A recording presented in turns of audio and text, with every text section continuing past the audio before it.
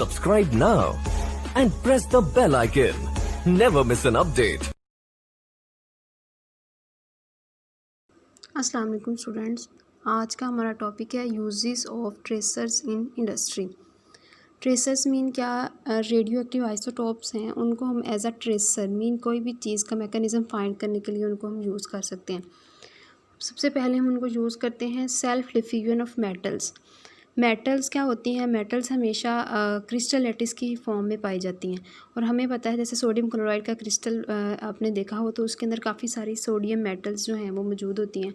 तो एक 6 सोडियम को 6 क्लोराइड ने सराउंड किया होता है, तो वो उस क्रिस्टल के अंदर मेटल्स जो हैं वो मूवमेंट करती हैं, यानी वो एक मेटल एक सोडियम एटम दूसरे सोडियम एटम से रिप्लेस हो जाता है। तो हम ये देखने के लिए कि उनकी रिप्लेसमेंट या मूवमेंट की डायरेक्शन क्या है, हम मेटल्स को लेबल कर देते हैं और जैसे जैसे रेडियो एक्टिविटी फिर डायरेक्टली मूव करती है वैसे वैसे हमें पता चल जाता है कि उन एटम का या उस सोडियम मेटल का या कोई भी मेटल जो है उसकी मूवमेंट किस डायरेक्शन में होती है। एज अ कैटलिस्ट इनको यूज़ किया जाता है। आप रिएक्शन देख रहे हैं, इथेन है वो हाइड्रोजन ब्रोमाइड के साथ जो है वो रिएक्ट करता है और इथाइल ब्रोमाइड बताता है, लेकिन ये तब तक रिएक्शन प्रोसीड नहीं होगा जब तक हम इसमें कैटलिस्ट को बाल्ट 60 नहीं डालेंगे, जो कि क्या करता है, गामा रेज़ को एमिट करता है और जो गामा रेज़ इनको सफिशेंट एनर्जी प्रोवाइड करती हैं to form the product. Next है मैकेनिज़्म ऑफ रिएक्शंस। बहुत से ऑर्गेनिक के मैकेनिज़्म जो होते हैं वो बहुत लॉन्ग होते हैं और उनके अंदर इंटरमीडिएट क्या है, उनका स्लो स्टेप जो रेट टर्निंग स्टेप भी होता है वो कौन सा है, फास्ट स्टेप कौन सा है।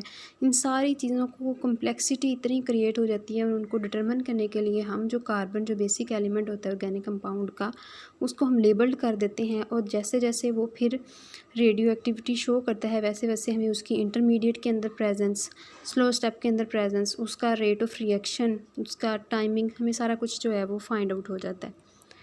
इसके अलावा इसको यूज़ किया जाता है आइसोटोप्स को studying of mechanism of various lubricants.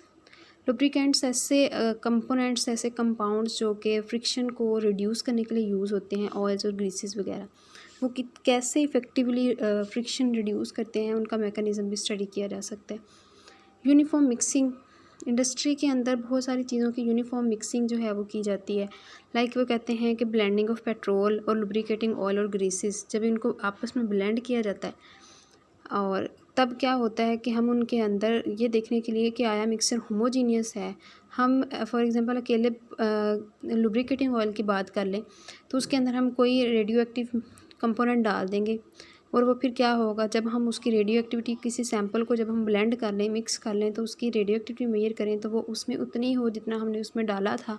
It's mean कि वो यूनिफॉर्मली जो है वो क्या हो गया है, ब्लेंड हो गया। नेक्स्ट है इसके अंदर determination of wear off piston ring. अब वियर किसको कहते हैं? वियर कहते हैं कट जाना, इरोड हो जाना, स्लोली जो है वो उस पार्ट का वहाँ से ख़त्म होना।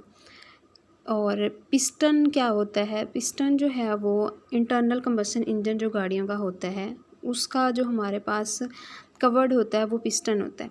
अब पिस्टन में क्या किया जाता है, ये इसमें ख़राबी आ जाती है या ये डैमेज होता जाता है स्लोली टाइम के साथ साथ। तो ये देखने के लिए क्या है, इसमें वियर आ गया है और इसको जो है वो कितना वियर आया है, इसको क्या किया जाता है, इसको रेडियो एक्टिव कर दिया जाता है। कैसे रेडियो एक्टिव इसको किया जाता है, इस पिस्टन को जो है वो एक्सपोज कर दिया जाता है, किसके साथ, न्यूट्रॉन्स के साथ। जैसे न्यूट्रॉन इसके ऊपर बम्बार्ड किए जाते हैं तो ये स्टील का जो है वो बना होता है, तो वो जो स्टील मेटल है वो रेडियो एक्टिव हो जाती है, रेज एमिट करना शुरू कर देती है। अब उसके पिस्टन के ऊपर जो है जब उसको फिट कर दिया जाता है पिस्टन को, तो उसके बाद उसको नॉर्मली ऑपरेट करवाने के लिए लुब्रिकेटिंग ऑयल भी उसके ऊपर लगाया जाता है। बाद में हम क्या करते रहते हैं, उस लुब्रिकेटिंग ऑयल की जो रेडियो एक्टिविटी है वो मेजर करते रहते हैं। अगर तो वो उतनी है जितनी नॉर्मली पहले थी तो वो वियर अप नहीं हुआ, लेकिन जैसे जैसे जो है वो रेडियो एक्टिविटी कम होती गई है, इट्स मीन के स्टील वहाँ से ऊपर वाला पार्ट ख़त्म होता गया है, तो जो वियर है वो उसमें अब आना शुरू हो गया।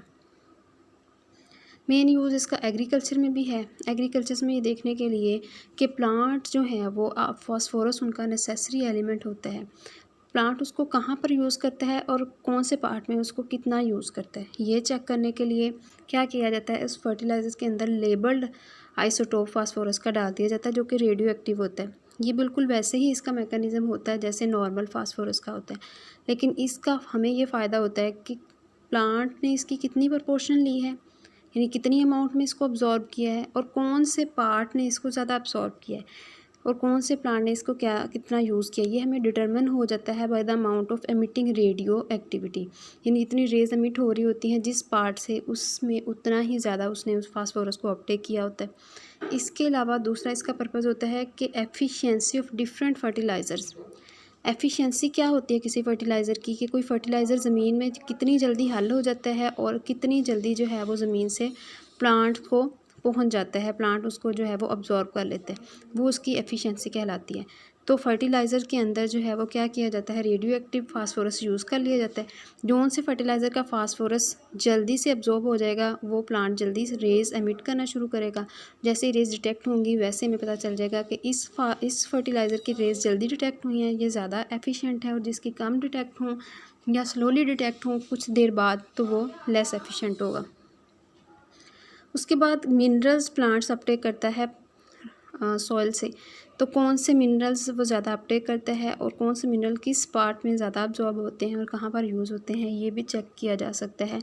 उन मिनरल्स को रेडियो एक्टिव करके फिर हम उनकी रेडियो ऑटोग्राफी कर लेंगे, मीन रेज़ को जो है वो हम मेजर कर लेंगे डिटेक्टर से। लाइक सल्फ़र 35 को जो है वो शुगर बीट के अंदर देखा गया कि क्या उसका जो है वो मैकेनिज़्म है एब्जॉर्प्शन का।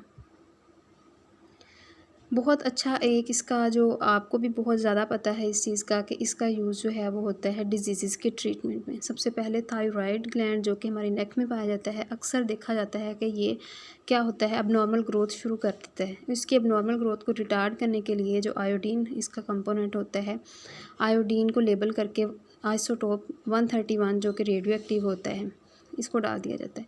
ये रेज एमिट करता है और क्या करता है, अबनॉर्मल ग्रोथ और अबनॉर्मल टिश्यूज़ को डिस्ट्रॉय कर देता है, जिसकी वजह से कंट्रोल हो जाती है अबनॉर्मल ग्रोथ। कैंसर ग्रोथ को भी रोक देता है। कैंसर में क्या होता है, जो मैलिग्नेंट टिश्यू होते हैं जो कि अबनॉर्मली बहुत ज़्यादा ग्रो कर रहे होते हैं और एक पार्ट से दूसरे पार्ट में फैल भी रहे होते हैं, उनके ऊपर जो है वो रेज़ फॉल करवाई जाती हैं, बीटा और गैमा रेज़, और फोकस करवाई जाती हैं उन्हीं टिश्यूज़ के ऊपर। और वो रेज़ कौन एमिट करता है, वो कोबाल्ट 60। हम पहले भी इसको देख चुके हैं कि ये यूज़ हुआ है। ये गैमा मीटर भी होता है, बीटा मीटर भी होता है। उसके अलावा रेडियो एक्टिव फास्फोरस है, वो ब्लड की सर्टन डिजीज़ को किल करने के लिए, सर्टन टिश्यूज़ को किल करने के लिए इसको यूज़ किया जाता है। सिमिलरली रेडियो फास्फोरस को यूज़ किया जाता है स्किन डिजीज़ के लिए, यानी स्किन के जो इफ़ेक्टेड पार्ट्स हैं उनको क्या करने के लिए, रिमूव करने के लिए इस्तेमाल किया जाता है। नेक्स्ट है determination of the age of the earth by rock dating method. Rock dating method से हम रॉक की एज फाइंड करते हैं, और जितनी एज रॉक की होती है उतनी ही एज जो है वो किसकी मौजूद होगी, उतनी ही जो एज है वो अर्थ की फिर होगी, क्योंकि जब से अर्थ मौजूद है तभी से वो रॉक जो है वो बन चुकी होती हैं। उसके बाद है age of recent object by radio carbon dating method. ये रेडियो कार्बन डेटिंग मेथड से हम किसी भी ऑब्जेक्ट की जो एज है वो फाइंड कर सकते हैं। हम किसी भी एनिमल के पार्ट की, डेड पार्ट की, और किसी भी प्लांट के डेड पार्ट की जो एज है वो फाइंड कर सकते हैं। इस मेथड को क्या कहते हैं, रेडियो कार्बन डेटिंग मेथड। क्या किया जाता है इससे, determine the age of dead animal and plant. और डेड एनिमल फॉसिल फ्यूल कहलाता है, और डेड प्लांट को उसके पीसेस वो फूड बन चुके होते हैं। फॉर एग्जांपल हम प्लांट में देखें तो हम सैंपल ऑफ वुड ले लेते हैं। उसका पहला स्टेप जो है वो क्या होगा, पहले स्टेप में हम उसके अंदर मेजर करेंगे कार्बन 12 और कार्बन 14 की अमाउंट। अब कार्बन 12 ये नॉर्मल आइसोटोप है, कार्बन 14 ये रेडियो एक्टिव इन नेचर है। ये दोनों ही एटमॉस्फेयर में पाए जाते हैं, और उतने ही जो उसके अंदर पाए जाते हैं लाइव प्लांट के अंदर। जितनी देर तक प्लांट जो है वो अलाइव रहता है उतनी देर तक C12:14 रेशो उसके अंदर उतनी ही होती है जितनी हवा में पाई जाती है, क्योंकि प्लांट जो है वो अब्जॉर्ब कर रहा होता है carbon dioxide from the air. तो कार्बन डाइऑक्साइड में अगर C12 जितनी एटमॉस्फेयर में है उतनी उसके अंदर जाएगी, और जितनी जो है वो C14 हवा में है उतनी ही वो प्लांट के अंदर जाएगी।